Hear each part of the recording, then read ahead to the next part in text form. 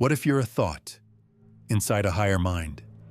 You go through life thinking you're in control, a separate individual navigating the world, making choices, authoring your own story. You feel like the pilot of your body, the thinker of your thoughts.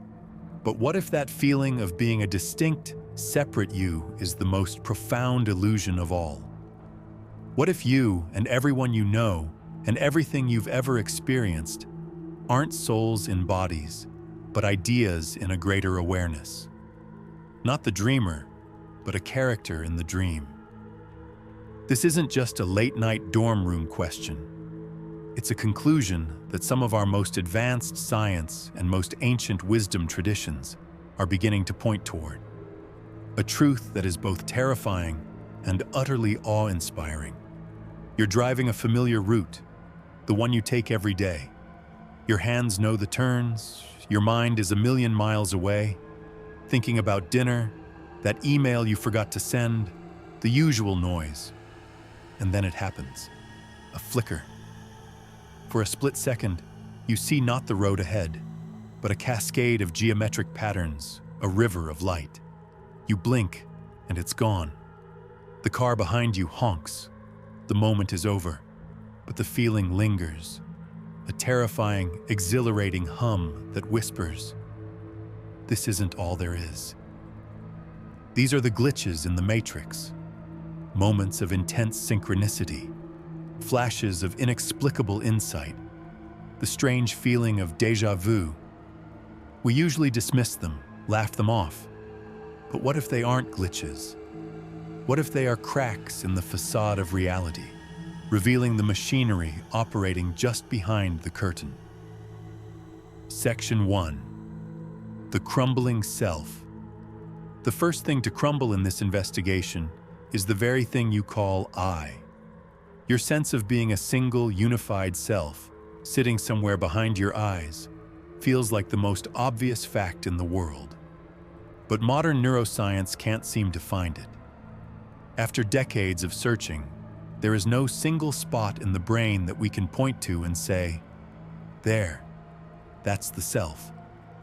Instead, the feeling of you appears to be a story, a post hoc narrative stitched together by various parts of the brain to make sense of a constant stream of perception, memory, and sensation. Think about the famous split brain experiments. When the connection between the brain's two hemispheres is severed, it can result in what appears to be two separate streams of consciousness within one person, each with its own intentions and awareness. One hand might try to button a shirt, while the other tries to unbutton it. So, where is the self then? Is there one self or two? This suggests that our sense of a singular self isn't a fundamental entity, but a constructed process that can be divided and even broken. Philosophers and spiritual traditions have argued this for millennia.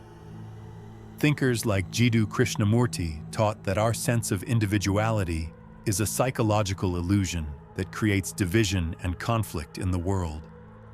This idea has deep roots in Eastern philosophies like Buddhism, which posits the concept of non-self as a core truth about existence.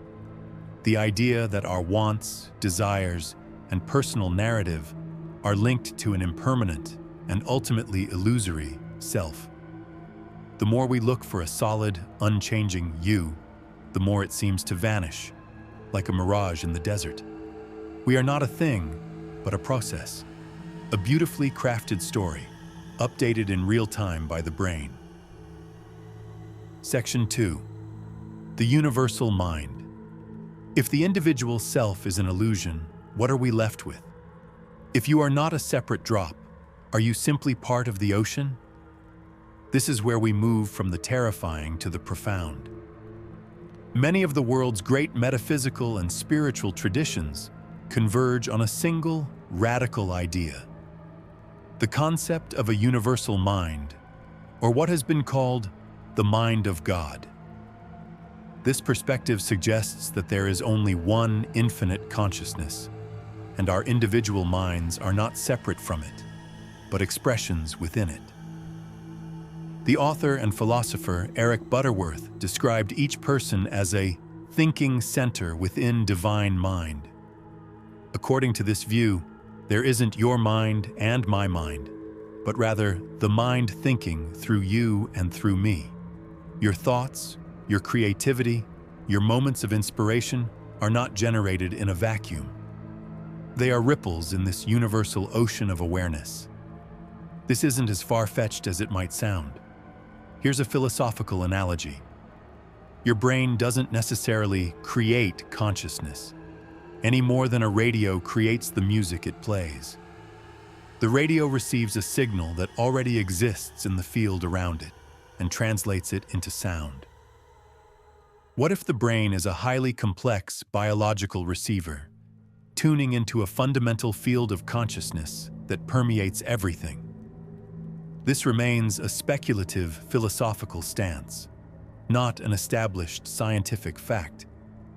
Some controversial theories even propose that quantum operations in the brain's microtubules are the source of consciousness. While this idea, known as ORC-OR, is not widely accepted and faces significant criticism, it shows how the mystery of consciousness is pushing scientists to think in radical new ways. Dr. Paul Leon Masters, a leader in metaphysical studies, described the mind as a series of nested circles, with the individual mind being just one layer of the universal mind's thought activity. In this model, meditation and introspection are not just for relaxation. They are methods of journeying inward, past the noise of the ego, to access this deeper, universal layer of awareness, the creative source of reality itself. Section 3. The Great Revelation. You are the thought. So let's put the pieces together. If your individual self is a constructed story, and if there's a universal field of consciousness, then what does that make you? It leads to a staggering conclusion. You are a thought inside a higher mind.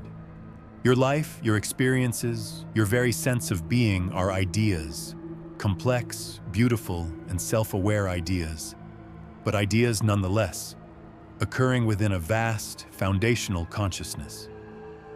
Cognitive scientist Donald Hoffman offers a modern, scientific lens for this idea, though it's important to note his view is not mainstream. He argues that we have not evolved to see reality as it is.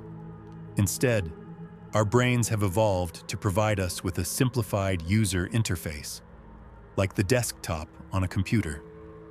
The icons on your screen are not the reality of the computer's circuits and code, but they are useful fictions that allow you to interact with it. Hoffman suggests that space, time, and physical objects are our icons. Your body is not the fundamental reality of you. It is your avatar in the virtual reality headset of human perception. Behind this interface, Hoffman's theory of conscious realism posits that the objective world is not made of mindless particles, but of conscious agents. In his words, consciousness is fundamental. The physical world is a byproduct of consciousness. This flips the script entirely. We don't have brains that create consciousness. We are consciousness, creating the experience of a brain and a physical world. This is the ultimate dreamer and the dream analogy. You feel real inside the dream. You make choices. You feel fear and joy. But upon waking, you realize the entire world and all its characters were projections of your own mind. Now scale that up. What if there is a dreamer so vast, its dreams are entire universes, and we, with our rich inner lives and sense of self, are its dream characters? The ancient Hindu concept of Brahman describes this as the ultimate reality that underlies all creation, a single unified presence dreaming the cosmos into being. Section 4. The Implications. Terror or awe. What does it mean to live knowing you might be an idea? The initial feeling can be one of terror. It seems to strip away our individuality and our free will. If I am just a thought, am I in control of anything? Or am I just a puppet on a cosmic string, my entire life scripted by a mind beyond my comprehension? This is the core of metaphysical debates about determinism and our place in the universe. But there is another way to see it. A way that doesn't lead to despair, but to awe. If you are a thought in a higher mind, you are not separate and alone in a cold, meaningless universe. You are an integral part of the fabric of existence itself. Your awareness is the universe's awareness. As the writer Maurice Bucke described in his theory of cosmic consciousness, this realization can lead to a profound state of enlightenment and joy. He wrote that in this state, one sees and knows that the cosmos, which to the self-conscious mind seems made up of dead matter, is in fact far otherwise, is in very truth a living presence. This reframes our entire purpose. If we are the universe experiencing itself, then our joys are the universe's joys. Our discoveries are the universe studying its own magnificent design. The suffering we feel is not just our own, it is a tension within the whole. Suddenly, empathy is not just a moral choice, it is a fundamental recognition of reality. To harm another is to harm a different expression of the very same consciousness that you are. This perspective also gives our thoughts incredible power. Eric Butterworth emphasized that recognizing yourself as a thinking center of a greater mind means you have a profound responsibility for your thoughts, because they are the tools with which you shape your experience of reality. You are not just a passive character. You are a co-creator, a focal point through which the universe comes to know itself. This idea is immense, and it touches on the deepest questions we can ask. It's a journey that blurs the line between science, philosophy, and spirituality. But what about you? Have you ever had a glitch in the matrix moment? A profound synchronicity or a feeling of unity with everything? Let us know your thoughts and experiences in the comments below. Conclusion. So where does that leave us? We're standing on a precipice, looking out at a reality that is far grander and stranger than we ever imagined. The idea that we are thoughts in a higher mind is not a definitive answer, but a powerful question that can transform how we see ourselves and our world. It asks us to look past the illusion of our separateness and recognize the deep, underlying connection we have to each other and to the cosmos itself. For billions of years, the universe evolved in silence. Then, through us, it began to wake up. Through our eyes, it sees its own beauty. Through our minds, it contemplates its own mystery. So, are we the dreamers, or are we the dream? Perhaps the answer is both. And perhaps the point isn't to solve the mystery, but to participate in it, with as much awareness, wonder, and love as we can possibly muster.